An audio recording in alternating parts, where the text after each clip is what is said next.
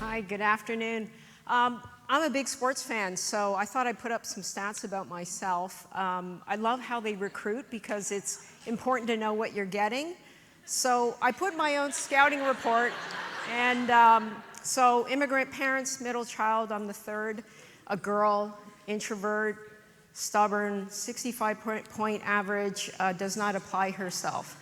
And so I'm the one on the left.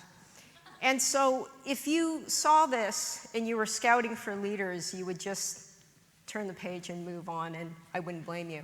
So my parents came from China, and my dad was a hardworking waiter, and my mom was a seamstress until they ran a Chinese restaurant in a tiny little town, and we all worked there, the whole family worked there.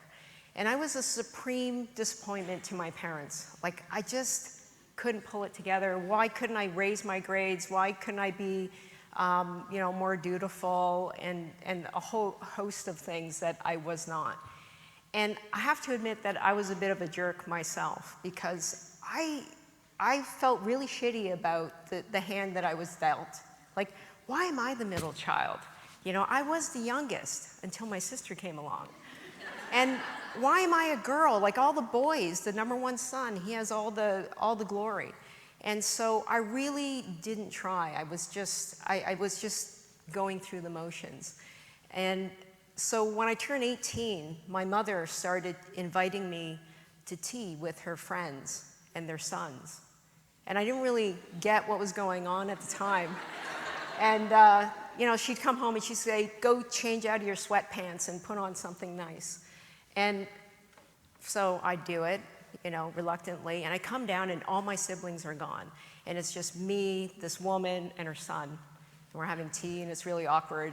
And then the next week, another woman and their son, and I started thinking to myself, wait a minute, they're trying to marry me off. Like, they actually don't think I'm gonna become anything. And why not save the money and not have her go off to school? We could, it's a very practical Asian thing, and I respect that, but not for me. So I thought to myself, I really, really have to pull my shit together. And so, like, fear can be an incredible motivator, and it could stop you. And for me, it was like, without question, I had to pull it together. I had to figure out how I was going to get out of this tiny little town and move on. And so with my 65-point average, I got accepted into university. Then I moved on to college because I wasn't really that scholastic there either. But I ended up doing 2 internships. I had 3 Me Too moments, which we're not going to talk about today. And I landed a job. And I was really proud. I had a job in an office, which was unbelievable in my family. And so it really got me going. And when I got hired, my mom said to me, "Do they know you're Chinese?" And I said, "Yeah, like I had to go and interview. That's how I got the job." And she said, "Because your last name is John, they might not know you're Chinese, and that was a gift from your grandfather. When he came over on the boat, immigration, just like, he said his name was Jin, and they said, John, next." And so it's amazing that they won't know you're Chinese until you get the job. And I said, "No, I'm pretty sure they know." And now all you know that I'm Chinese as well. And, every time I get promoted or asked to speak or win an award, she asks me if they know I'm Chinese. And I laugh every time, but it creates that questioning in the back of your mind. It just sits back there, right? And it shows up later, that questioning.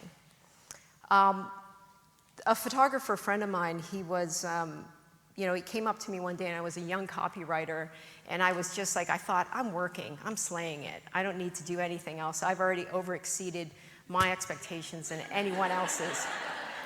And so he said to me, "You're young, you're a woman, and you're Asian." And I leaned in like, okay. And he said, "You can do anything you want." And I thought, what? He's like, that's insane. I have no idea what he's talking about.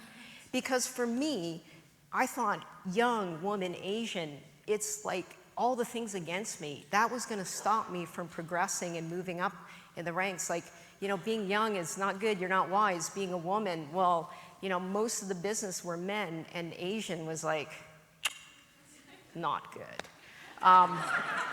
But he said to me, he goes, no, you don't understand, you're different, you're special, you're unlike anyone else.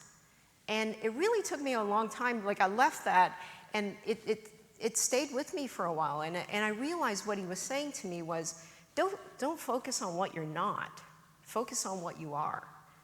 And I thought, you know, I think he's on to something here. It is really what makes you different is your power. And it's ironic because I work in advertising, and what we do is we look at brands every day and we think, what makes them different, what makes them special, and then we promote that, and that's a good thing. But within myself, I thought that was a terrible thing, and that was something that I should be hiding, like I did in grade school when my mom would send me to school with, like, you know, sticky rice and a lotus leaf. Like, why couldn't you just give me a sandwich like everybody else? Like, why do I have to be special?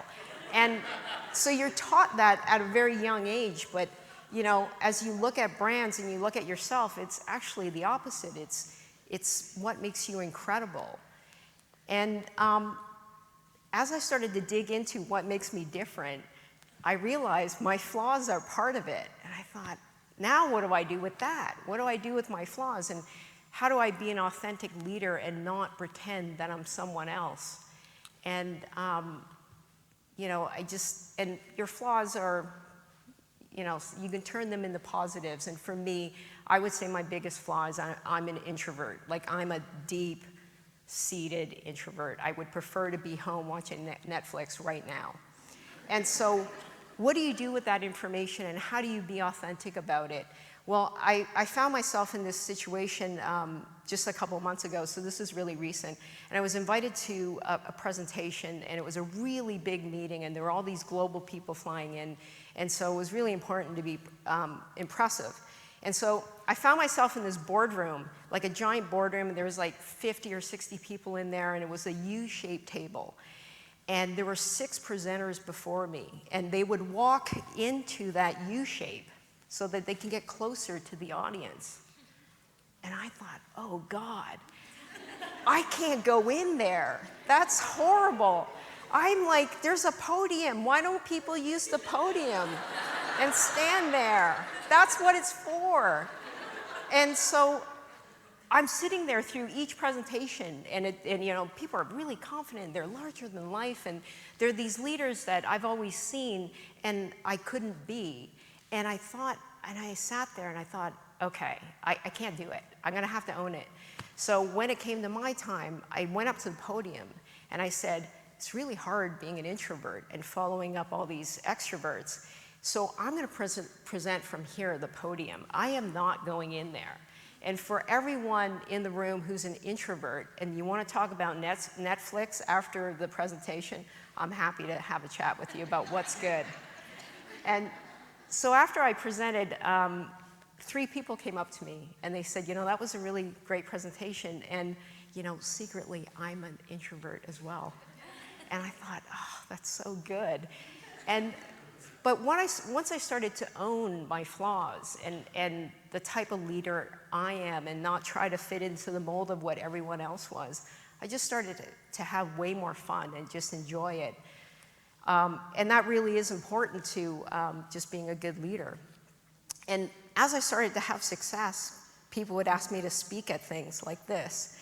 And I thought, oh, I'm not that person. I'm not a role model.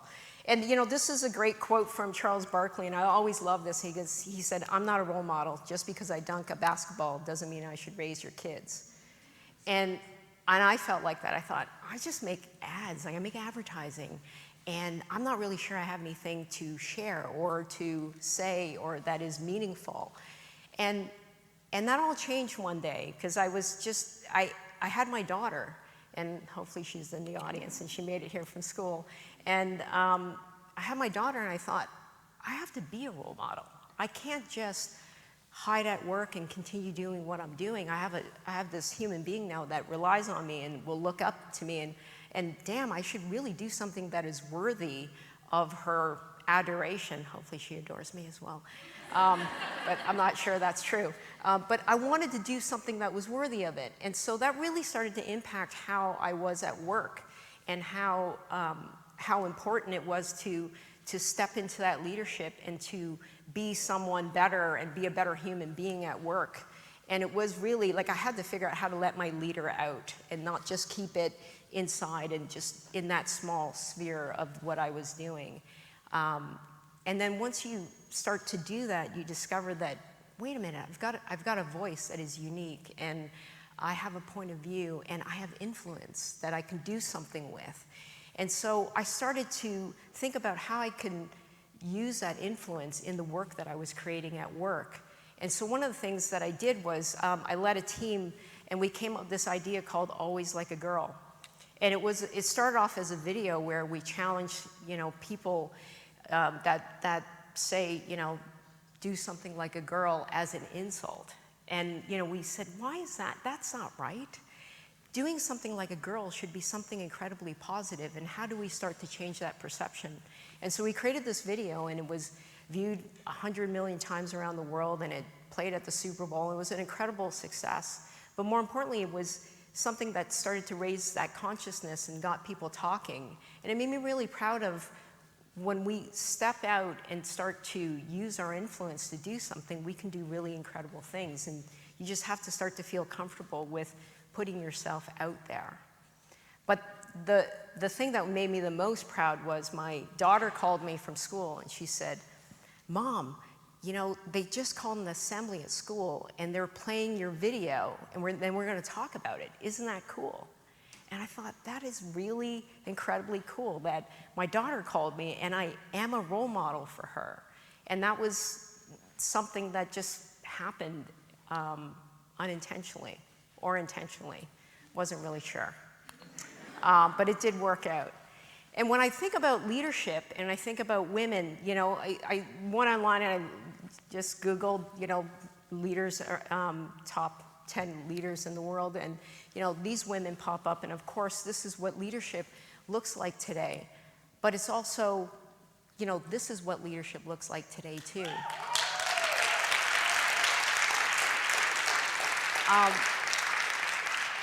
And that's incredibly inspiring, because as we're, going through the world and going through our careers, we're always looking for leaders and who we can be like, and, what is that mold, and how can I fit myself in there, because I need that example. And what you discover is there's people doing it their way and finding their own voice, and that's really cool right now. And we need that diversity of voice and of point of view, and it's so important. And I wanted to share, that's my daughter, and she is a leader at school right now, and she will be a future leader. And we've been incredibly lucky to speak together at the Cannes Advertising Festival and then at the 3% conference in New York. And, when I think about her as being a leader, she has her own style. It's not like me at all. She's not a jackass. She really is sincere and smart and so many incredible things. And so, really when I started to think about this talk, it really is about be your own leader. Figure out what that is that makes you special and embrace it. And once you embrace that, you can do really incredible things, and it really opens up the world. And for everyone in this room, there is something special and different and incredible about you, and you just got to go out and get it. Thank you.